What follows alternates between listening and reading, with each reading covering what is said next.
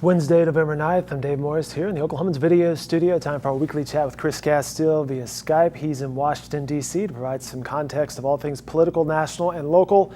And it's the day after Election Day in America, where voters went to the polls, and in a surprising move, Donald Trump becomes the president-elect. He will become the 45th president of the United States. Let's bring in Chris Castile, who joined us throughout the night last night. Once again, a big thanks for your help last night, sir. Chris, Donald Trump, president-elect, how did we get here? Well, state by state, as the Electoral College works. It looks here at 2:30 Eastern time. I think Secretary Clinton still has an edge in the popular vote, but Donald Trump ran the table of key states. Really, I mean, not getting all of them, but just all the ones he had to win, and then some. He won, and it was. It was more than surprising. It was really just for the political establishment, especially shocking. And we already today, we've heard from Secretary Clinton, clearly heartbroken, a very emotional kind of goodbye speech in a way, and from President Obama, who carried on this magnificent tradition in this country of gracious. Welcoming of the next president. We have the strong tradition, the most necessary tradition in democracy of the peaceful transfer of power, and it looks like we're going to have that. You mentioned the popular vote. I want to say this may be the third time in recent history that the loser actually had more of the popular vote than the electoral winner did. I'm thinking of the second time, which was obviously Al Gore against. This may stretch over 30, 40 years, but you're right. Al Gore was certainly the most recent. Right. Before this. Yeah, that's the way the Electoral College works. I mean, it maybe coming in or going into Tuesday night, there's a lot of talk on one side about the system being rigged and all of that, but it's been our system for over 200 years. So, that's the way it is, and it served us well. You mentioned that Hillary Clinton gave her concession speech this afternoon. Early this morning, Donald Trump spoke to his followers and gave his acceptance speech, or the fact that, hey guys, we won. Also last night, I ran into Oklahoma Governor Mary Fallin, one of her aides. So I asked the aide, hey, has the governor been approached by Donald Trump, part of the cabinet? What are you hearing? And of course, he wasn't going to comment any of that. And to his credit, he probably hadn't heard anything. But I'll ask you, Chris, Governor Mary Fallin to Trump's cabinet, a possibility? Are you hearing anything? I am hearing that it's a possibility. That but it's all speculation. It's not. I heard that.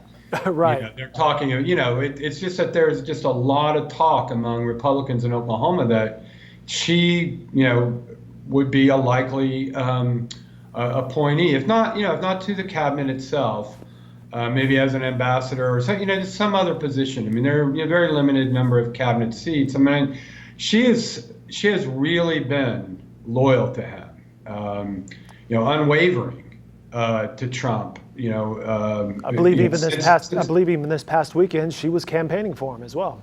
Absolutely. Was she in Iowa? No, Arizona, Colorado. I think she was in Colorado. Someplace in the West. You're right. Right.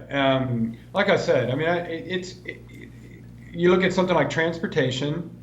The Department of Transportation. That's a good fit. That would be a good fit for her, really, a natural fit for her. She's served on that committee, but she's also, she's just been involved in roads and air travel and aerospace industry, for a long time. I mean, you could also look at her for interior, which really is more of the cabinet position that deals with.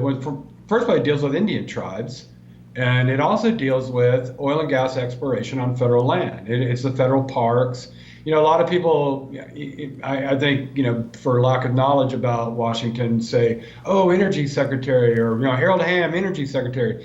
Energy secretary, because as counterintuitive as this might be, doesn't really have that much to do with oil and gas exploration in America. It's really, it has a lot more to do with nuclear stockpiles than it does with any kind of oil and gas exploration. I mean, they have energy statistics and that kind of thing, but it's more a nuclear centered. Okay, it's not a natural fit for either Fallon or Ham. So, very long answer to your question. I do think they're going to take I do think she will be considered for spots in the administration. Chris, before I get to asking you about the Oklahoma delegation and what you spent today doing on the phone and talking with various people, one more question about Governor Mary Fallin, and this perhaps is just a matter of mechanics. Let's say, for instance, that the governor was and accepted a cabinet or some sort of position in the Trump presidency. What happens then? Does the Lieutenant Governor Todd Lamb then assume that position as governor for the remaining, let's say, 2 years of the term? Yes, he does. Okay. That's not unprecedented in Oklahoma history. I mean, I can't remember how many times former Oklahoma Governor George Nye, who had served for many, many terms as lieutenant governor, stepped in for varying lengths of time after somebody, won a new office or died in office and became governor. And that's what would happen. Todd Lamb would be governor for the next 2 years. Everybody expects him to run for governor anyway in 2 years. Mary Fallin is term limited. She can't run again in 2018. Todd Lamb is widely expected to be a Republican candidate for governor. So yeah, that's who would pursue an agenda with with the new legislature. Chatting via Skype with Chris Castile, a reporter in Washington, D.C., and he has spent this morning talking with the Oklahoma delegation, the congressional delegation, I should say, or congressmen in Washington is what I'm actually trying to say. And Chris, what have you heard from them this morning regarding Donald Trump? Well, they're all happy that he won.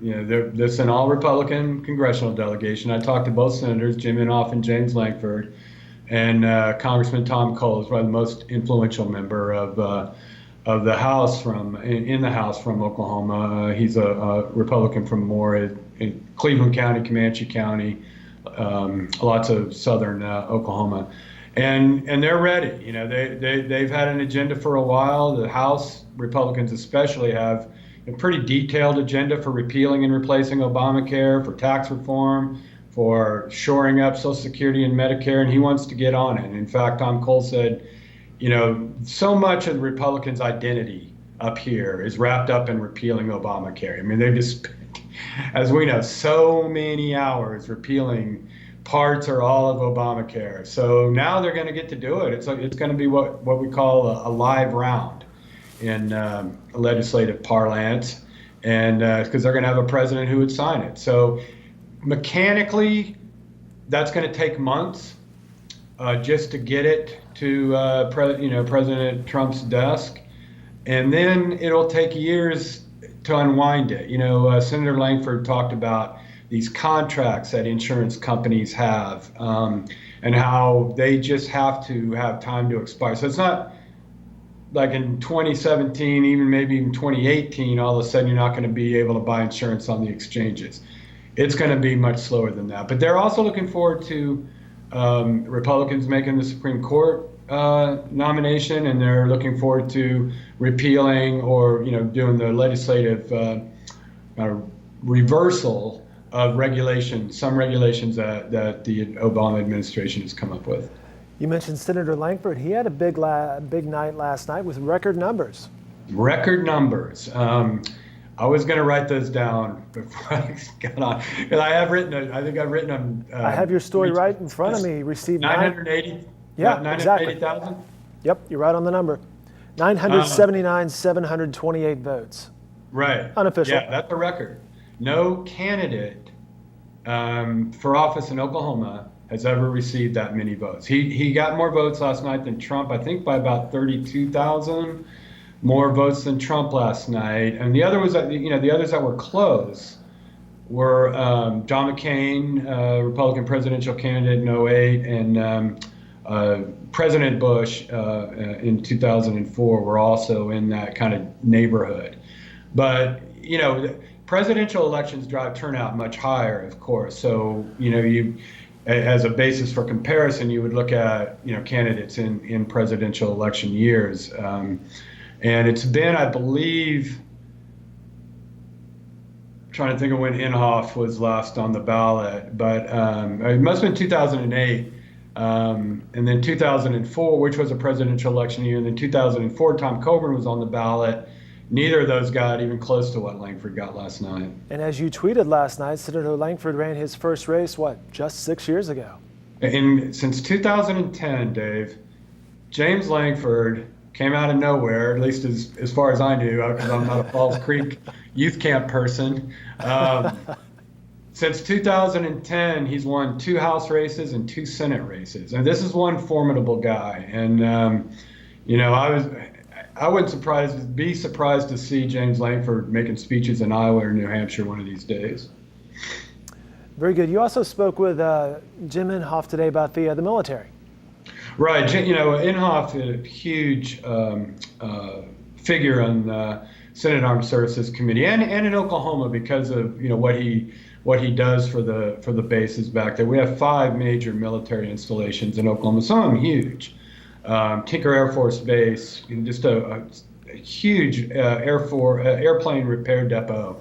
Fort Sill, the Army post near Lawton in southwest Oklahoma, is an artillery training ground for internationally, really. But I mean, it's our biggest field artillery training facility. So anyway, he looks after those bases like they're his babies, and he's ready for a military for more money for the military. He has been for the last 8 years bemoaning cuts to the military, and he said last night would be last night's election would be good for the military. So getting back to our first topic of how did we get here, your conversation today with U.S. Representative Tom Cole, he gave you an interesting and optimistic look at things. He really did. Tom Cole is very eloquent, especially when it comes to politics, and he's talked about. He and I have talked about this, many times before after elections. He refers to it as the American people firing people, like from a job. I guess that's probably even more apt, in respect to Donald Trump. There's a Celebrity Apprentice gig, but in essence, what Tom Cole was saying last night was that the American people basically has fired the political establishment, in terms of the presidency. Obviously, a lot of Senate incumbents hung on and House incumbents hung on. So they didn't make a clean sweep of it, but they definitely cleaned out, the top, the executive branch, the people that they think represent the status quo. And what Cole said was that this is a leap. They elected somebody president last night who's never held office, was never in the military, and has never held office. That's unprecedented. And, what Cole did see that, as he said, sees that as an optimistic, as a sign of optimism among Americans that they're willing to make this leap. And I'll look away to get his quote correct. He said, "They're not afraid to fire anybody. They're willing to make change when they think things are going in the wrong direction. When they want to shake things up, they can." Chatting via Skype with Chris Castile, a reporter from the Oklahoman in Washington, D.C. Chris, I'll ask you one final question, and I always ask you this question just because I want your perspective on things. Over the next couple of days, what will you be looking at and following, and perhaps what's the storyline you're following? I think a lot of what I'll be looking at, from an Oklahoma standpoint too, is what happens next. That's what we really do best, and we can write big think pieces about America, 2 Americas, and that kind of thing. But really, there's also nuts and bolts to all of this, and there are things that are going to happen in the next few weeks when Congress returns next week that will affect Oklahoma.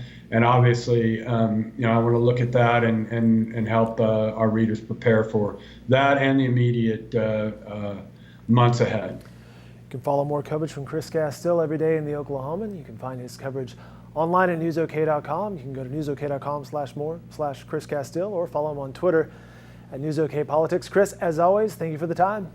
I'm glad to do it, Dave. Have a good day. Too.